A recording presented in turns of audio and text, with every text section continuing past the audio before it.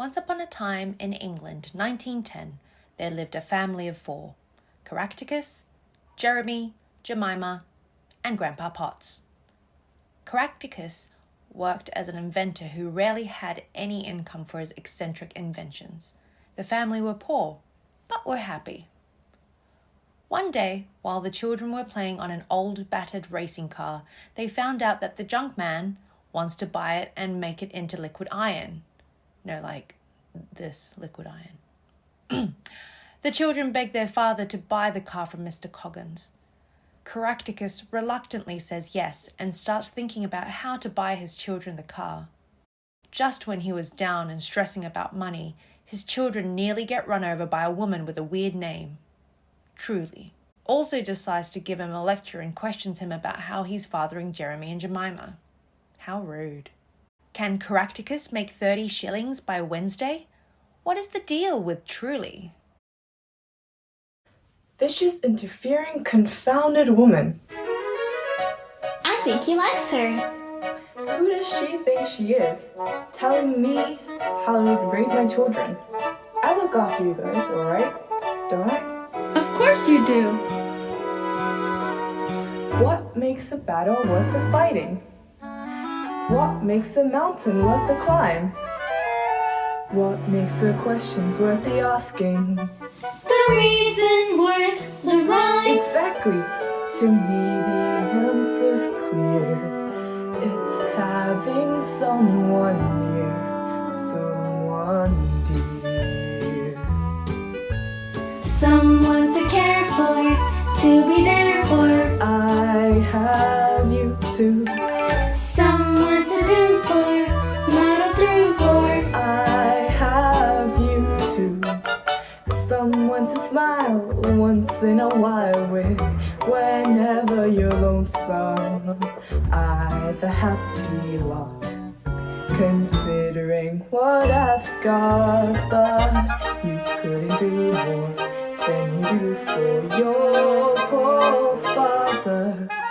Things go asunder, then I wonder why you bother. Could be, we three get along so famously, 'cause we do have you, and I have you too. Attention! Attention! As you were, I got up this morning and I shot an elephant in my pajamas.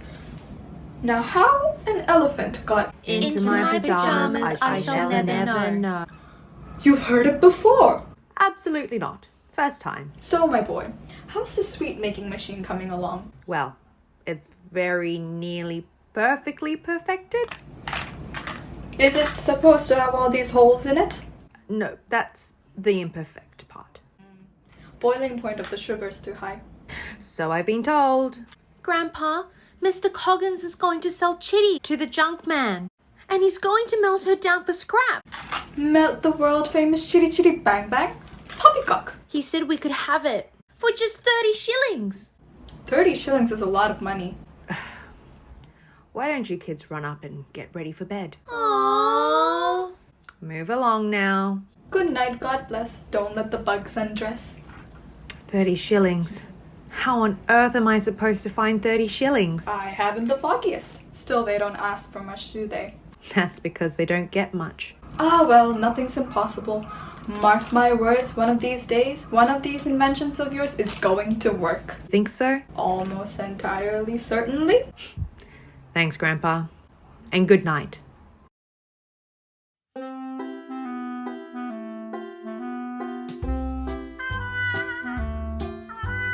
Someone to care for, to be there for. I have them 3. Someone to do for, muddle through for. I have them 3. What's more, we 4 get along enormously, 'cause them 3 have me, and that's what us 4 is for. Proudly holding his invention, Potts, Jeremy, and Jemima make their way into the sweet factory. Truly turns out to be the daughter of Lord Scrumptious, and in order to grab his attention, Truly and Potts come together and sing Toot Toots, in which they sing about how tasteful the candy is and how you can whistle just by blowing into the candy.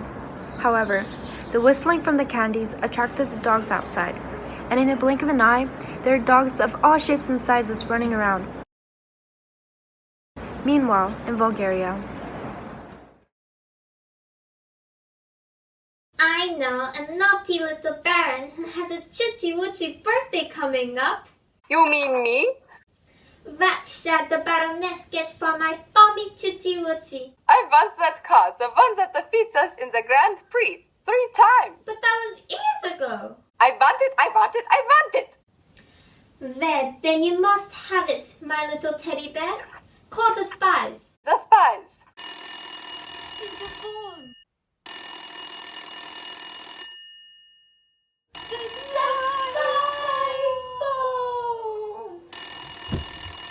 Hello? Hello? Is this you? Yes, this is Boris the spy. What's the password? Of course it's me. Who else would it be? Give me the phone. Is this Boris the spy? yes, this is Boris the spy. What's the password? The password is, I will hang you upside down by your pinky toes unless you speak to me now. How can I help you? Boris, darling, we want the car. But it crashed and burned. Nobody knows what happened to it. It's in England at a place called Coggin's Garage. I want the car brought to Vulgaria on time for Baron's birthday celebration. Find it or else. You know what you are to me, don't you, darling? Remind me.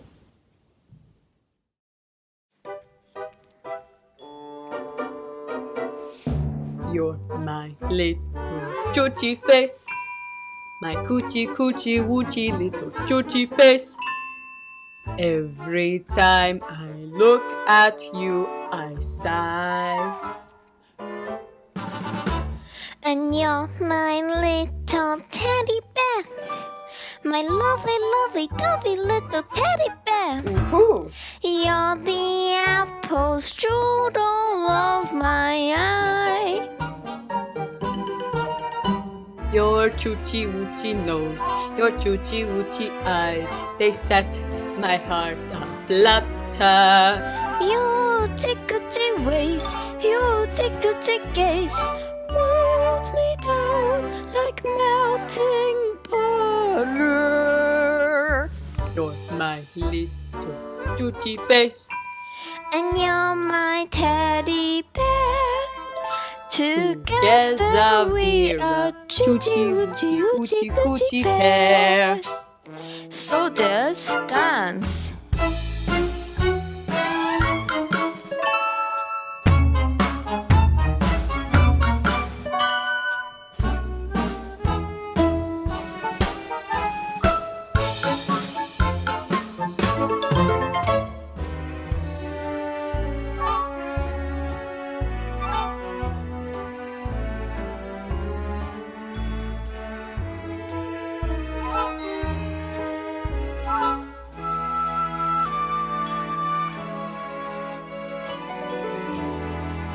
That was beautiful. Now you sing back up. You're my little choochie face. And you're my teddy bear. Together we are choochie woochie woochie coochie. Choochie Woochie woochie coochie choochie woochie woochie woochie.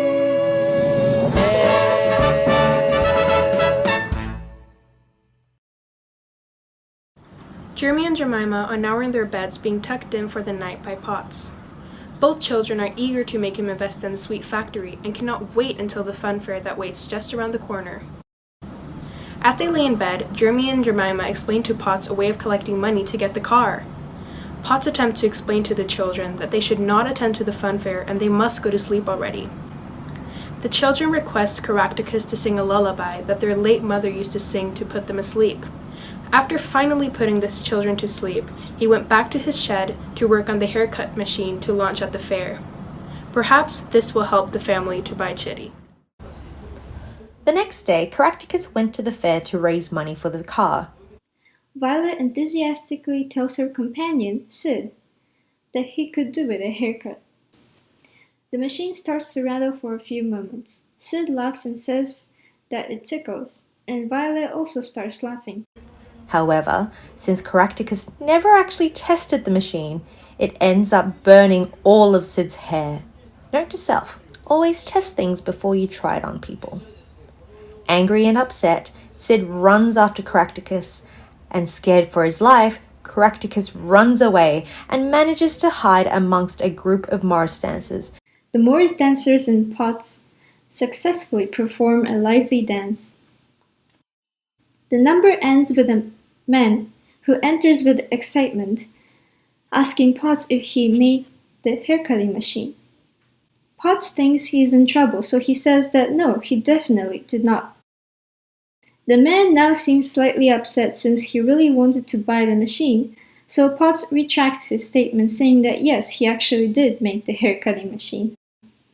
The turkey farmer is now back to being enthusiastic and asks Potts how much he wants for it. Potts replies with 30 shillings and they shake hands, sealing the deal. Potts warns the man that the machine is still in its experimental stage, but the man is not worried since he is using it for plucking and cooking his turkeys instead of making haircuts, and says that this is a good bargain. Potts thinks no, that this is not a bargain, this is a miracle, and goes his way thinking about finally having enough money to get Chitty. Boris and Garan are at Coggin's garage waiting to buy Chitty, but they wait too long and watch as Potts hurries in to buy Chitty before the junkman comes to buy her, forcing the two spies to hide. Coggins welcomes Potts and they begin to restore the car. Potts returns home with Chitty, making Jeremy and Jemima very happy and excited. He shows them all how well Chitty works and they decide to go for a picnic and a drive by the seaside. Jeremy and Jemima watch as Potts tries to get Chitty working, and she begins to start moving. Boris and Garan followed Potts to their home and watch as Grandpa praises Potts for his hard work. This causes the two spies to falsely believe that Grandpa is the inventor of the car and think that he could build many more cars just like Chitty. Chitty begins to backfire, causing black soot to fly directly into Grandpa's face. Everyone climbs into Chitty, preparing for their drive except Grandpa, choosing to remain at home.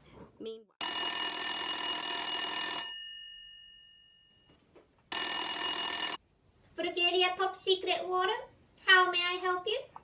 What's that you say? You've located the car's inventor? Bring him to us. The car is by the seaside? We'll send a warship. My Chuchi face would send a big old warship just to get me the best birthday present ever? Chuchi uchi uchi. Chuchi uchi uchi. Potts, Trilly, and the kids are just about to finish their nice picnic by the seashore. Any more for anyone? Asks Truly. The children's stomach already full from all that scrumptious food. Then starts to sing to Truly's scrumptious song.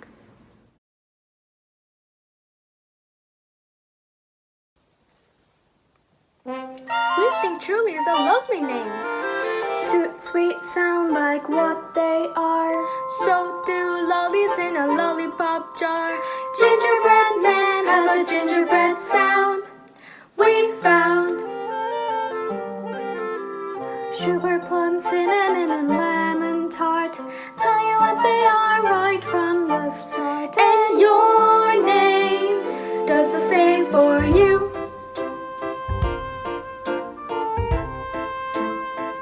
By coincidence, truly scrumptious. You're truly, truly scrumptious. Scrumptious as a cherry peach parfait. When you're near us, it's so delicious. Honest, truly, you're the answer to our wishes, truly scrumptious, though we may seem presumptuous. Never, never, ever go away. Our hearts beat so unruly because we love you truly, honest, truly we do. Truly scrumptious, you two are truly scrumptious, scrumptious as the breeze across the bay. When you're smiling, it's so delicious, so beguiling. You're the answer to my wishes, truly scrumptious. You two are truly scrumptious, and I shan't forget this lovely day. My heart beats so unruly, I also love you truly, honest, truly I do.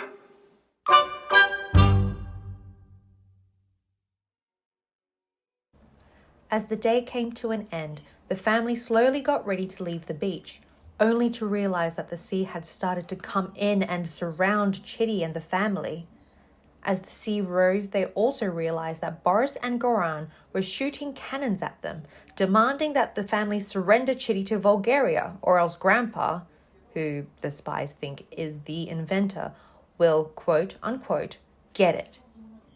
I think it means they will kill him? Which doesn't really make sense because they need him to make more cars, but anyway. Chitty, now close to the vibrant blue ocean, she started to vibrate. Chitty was now able to float. As she moved, the vibrant blue ocean was just a fingertip away from the children's hand. But this was not the time to admire the ocean. They had to move quickly. Chitty knew that they wouldn't arrive in Bulgaria in time if they were only going to float, so she vibrated again. But this time, she produced a dark gray, almost black cloud of gas. What was she going to do now? Chitty started to fly. The blue ocean, which was just a fingertip away, was now very far below. The kids were able to see a little kingdom far away on a little piece of land. They could see that the land was covered with a layer of bright green, and there was a tall castle in the middle. It was beautiful, but they knew that Vulgaria was not a good place. They had to rescue Grandpa. Meanwhile, at the town square of Bulgaria, the Bulgarians were waiting for the Baroness and Baron's announcement while singing their national anthem. Finally, after singing about their loyalty to Bulgaria, Baron and Baroness appear and bring along the kidnapped Grandpa. Even though Grandpa is not Caractacus Potts, the inventor, he is forced into agreeing to make a car that's similar to Chitty and is introduced to the name of a genius who is only known as the Toymaker. He is the creator of toys, and according to the Baron, Bulgaria makes the most beautiful toys in the world. However, there are no children allowed in Bulgaria because the Baroness despises them. Even with the word children, she shrieks in horror. The children were banned from Bulgaria by an act of parliament, and even have a child catcher to get rid of them in case they appear from hiding. Children here, I can smell them. My nose is never wrong. I can smell their blood. And when I find them, you will have made your last toy. While trying to find a way to save Grandpa, Truly Potts and his kids bump into the Toymaker and are warned about the act. But even with the warning, the kids fall for the trap set by the child catcher. Lollipops, cherry pie, cream puffs, ice cream, all for free. Come along, Kitty Winky! And are caught and sent to the castle while Potts is led to the hidden children who are hiding in the sewers, the only place safe in Bulgaria. Yes, totally impossible if we carry on like this. My children are up there in chains and so is your country. And what are we doing? Squabbling over scraps. Maybe Despite our sizes, we could give them quite a fight. Right. Maybe with some surprises, we could win the day tonight. Right. With our minds and hearts, team up and fight as one. We won't stop until the victory is won. When you're united, a torch is lighted, the golden flame of liberty. Yes, teamwork can make a dream work. Then we'll stand tall and proud and free. We need a plan. Gather around, everyone. We'll sneak in when I deliver the presents to the Baron. And that's when we'll attack. That's the spirit. There's a spark of a dream in every one of you. It's a dream of freedom that your hearts desire. The one tiny little spark can barely make a mark. All together many sparks can light a mighty fire. Teamwork can make a dream work if you're not afraid to fight. Teamwork can make a dream work if you fight for what is right. Though it seems a dream's impossible to do, great things take possibilities. So when you start out, put all your heart out and never stop until you begin. Yes, teamwork can make a dream work if you have got the will to win. Yes, teamwork can make a dream work if you have got the will to win. Potts, Truly, the toy maker, and the other children needed to come up with a plan to save Jeremy and Jemima to stop the Baron and Baroness once and for all. They decided that they needed to sneak in, for if they tried to rush in all at once, they would for sure be caught. They needed a diversion, and the toy maker could do just that. He needed to make a toy so great that it kept everyone's eyes on it. They thought of many ideas, the best one of which was to dress Truly up like a doll and have her perform a sweet tune to keep everyone distracted long enough for everyone else to sneak in. The Baron impatiently asked for his toy, so the spies then summoned the toy maker, who entered with a fanfare playing. The toy maker boasts about how he has created the one-of-a-kind fantastic toy for the Baron. On opening one of the two large boxes, reveals Truly dressed to look like a doll. However, the first time, the Baron rejects this because he already has a lot of dolls. The toy maker insists that this is a special doll, and then he winds the crank attached to the base where Truly is standing. Truly then comes to life and starts to sing.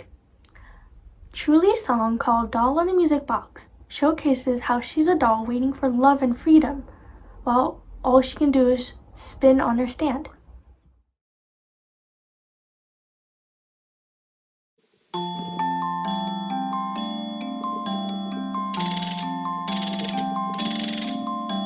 What do you see, you people gazing at me?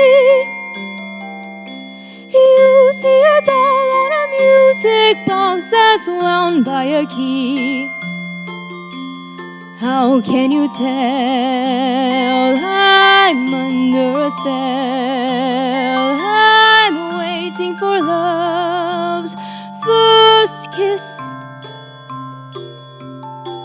You cannot see how much I long to be free. Turning around on this music box that's wound by a key. Yearning, yearning, while I'm turning around and around.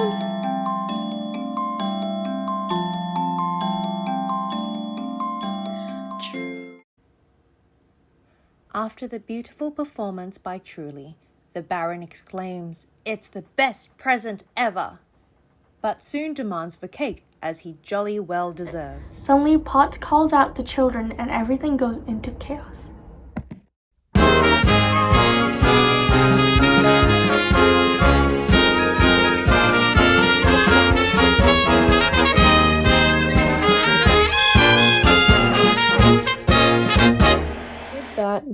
Jemima were able to escape from the Bulgarians through their teamwork and flew into the sunset, living happily ever after. The end.